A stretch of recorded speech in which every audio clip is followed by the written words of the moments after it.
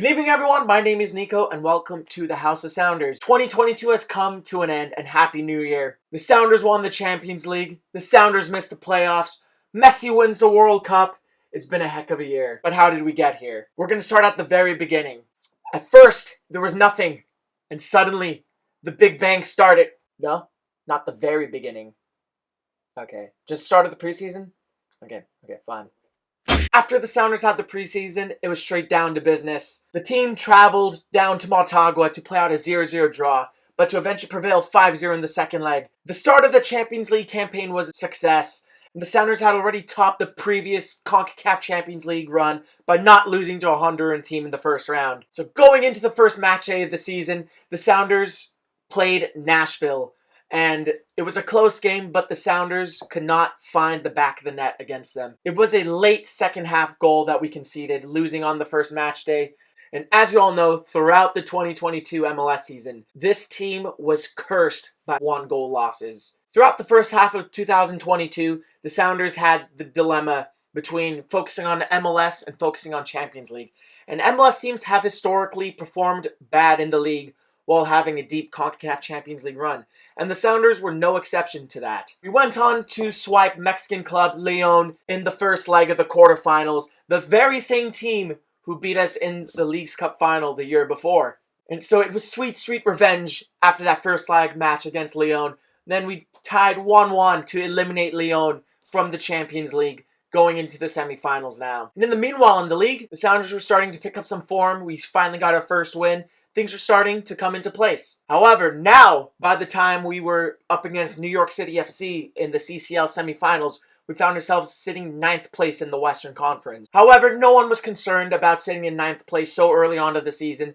The Sounders always managed to find their way above that line. After 2 legs, we defeated New York City FC 4-2 on aggregate, sending us into our very first Champions League final. A few MLS games later, we're now up against Pumas in the Champions League final, and we were going into the Champions League final with 2 back-to-back losses in the league, which also includes a comeback defeat in San Jose the match before. However, at the end, it didn't matter. Simply, the Sounders wanted it more. The team wanted it more. And especially the fans wanted it more. And thanks to Lodero's penalties, we made a comeback 2-2 draw in Mexico, which also left all the Pumas fans all angry and salty and fuming. Following that first leg tie, the very next game was in Seattle, the second leg, the crowning moment for the Sounders. The city of Seattle showed up and packed out Lumen Field with 60,000 plus supporters, and including a very loud Pumas away section. Yes, the Pumas away supporters also brought it all, and they packed out their little corner at the 300 level. So the stage was set. Sounders versus Pumas for the very first MLS team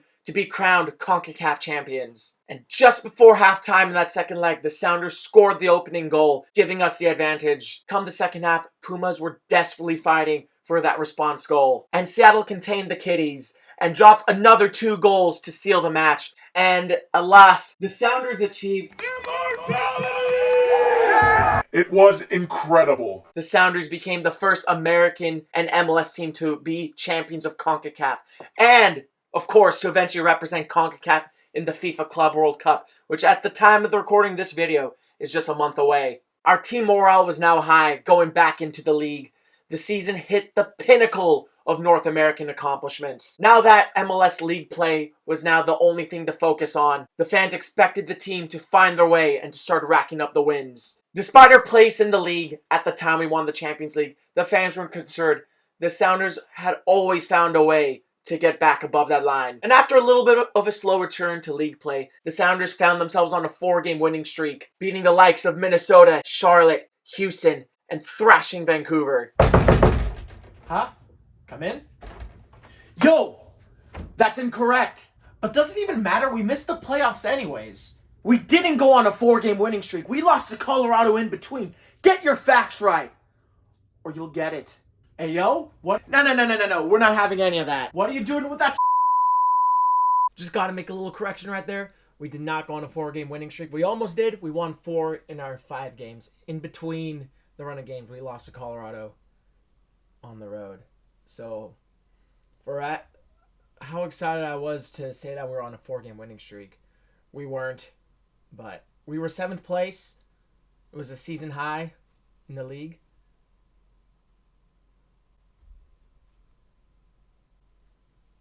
back to the video.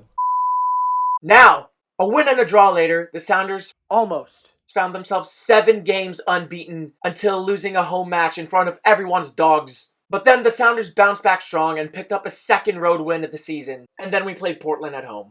The Champions League victory celebration was chosen to be on the day of the Portland game, rubbing in our major accomplishment in front of our arch rivals. The stage was set. Drew Carey had the grand mic, making fun of those smug Timbers away supporters. Our team morale was high, and we had a statement to make to Portland.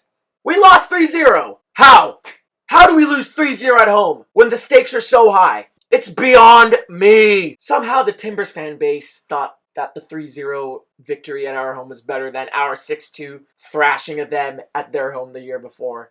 We scored double the goals than they did, and the goal difference was 4. But you know, I guess 3 is greater than 4 in Portland logic. Ever since that Portland game, the season went straight to shit. We went up to pick up only 1 win in our next 4.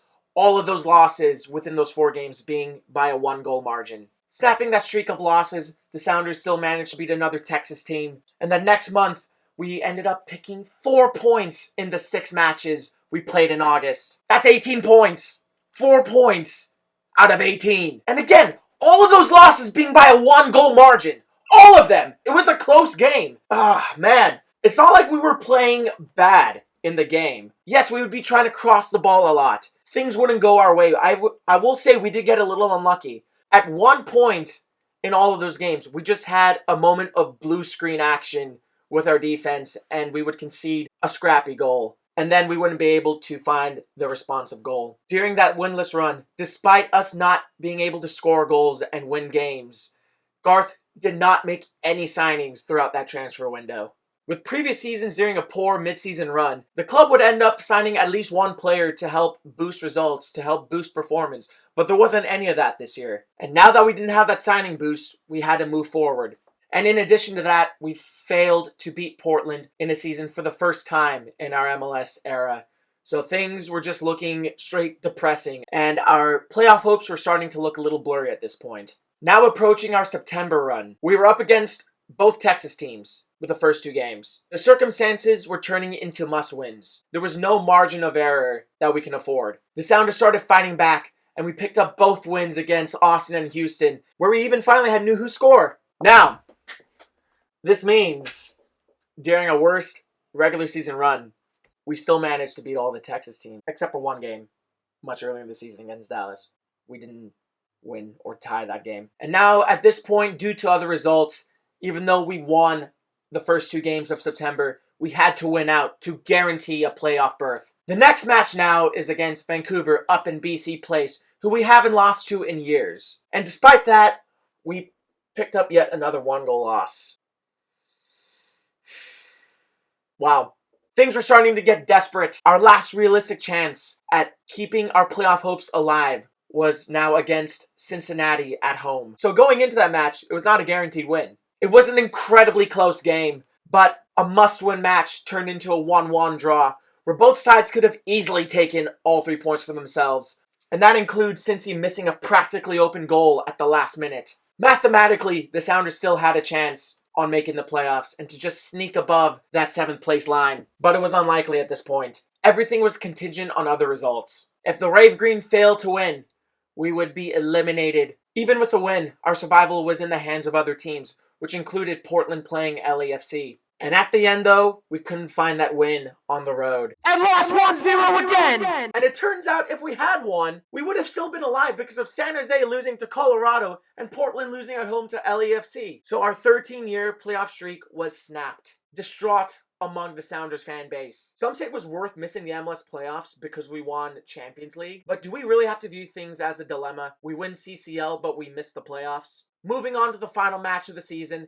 playing for pride. However, there's a bright side. Yes, there's a bright side. Portland missed the playoffs too. Yes, Portland needed only 1 point out of their last 2 games. 1 point out of 6 to make the MLS playoffs, and they bottled it. They couldn't make it. They tossed it by losing their last 2 games. Vancouver also didn't make it, if anyone cares. So as Sounders fans, we were able to witness our first MLS postseason as neutrals. Our rivals wouldn't have a chance at winning MLS, so we Our rival wouldn't have a chance of winning MLS, so we were able to kick back for once. Of course, I mean this as neutral as possible because I'm sure none of us wanted LAFC to win the MLS. Pretty sure we were all wearing our Philadelphia jerseys, but it was a result that wouldn't really ruin our day, I don't think, unlike if Portland were to win it. Like Portland almost did last year, but then they lost at home. Couldn't be us! Following depression, the Sounders had the annual business meeting where GM Garth Lagerwey won his GM re-election by over 90% support. And then he was gone! He became the Atlanta United CEO. Now the club had to make a sudden move to fill Garth's shoes, and that man was no other than Craig Wable, our own sporting director. The Sounders even stuck it to Garth and named Craig the chief soccer officer of the Sounders. Atlanta thinks they could really become us, picking up Garth, Gongzo, and Ozzy. So already, a huge change in the Sounders management, and Wable did not waste any time and added some firepower to our squad and signed New York City FC striker Aber. So definitely not an eventless offseason. And now that brings us here at the start of the new year, the start of 2023. We have a new GM, we have a new signing with hopefully more to come, and we have the Club World Cup happening next month. And as I said before, we will be the first American and MLS team to represent CONCACAF in the FIFA Club World Cup. So this will be a massive honor for our club and city. And as we march forward now to the Club World Cup, things are finally starting to look bright and just in time for next month. Now that we are in the present, that's the 2022 Sounders season in a nutshell. Thank you for watching and crying with me in happiness and sheer depression. We have a bright future now, so it's time to be happy. It's time to be excited. We got a huge tournament coming up. Anyways, peace!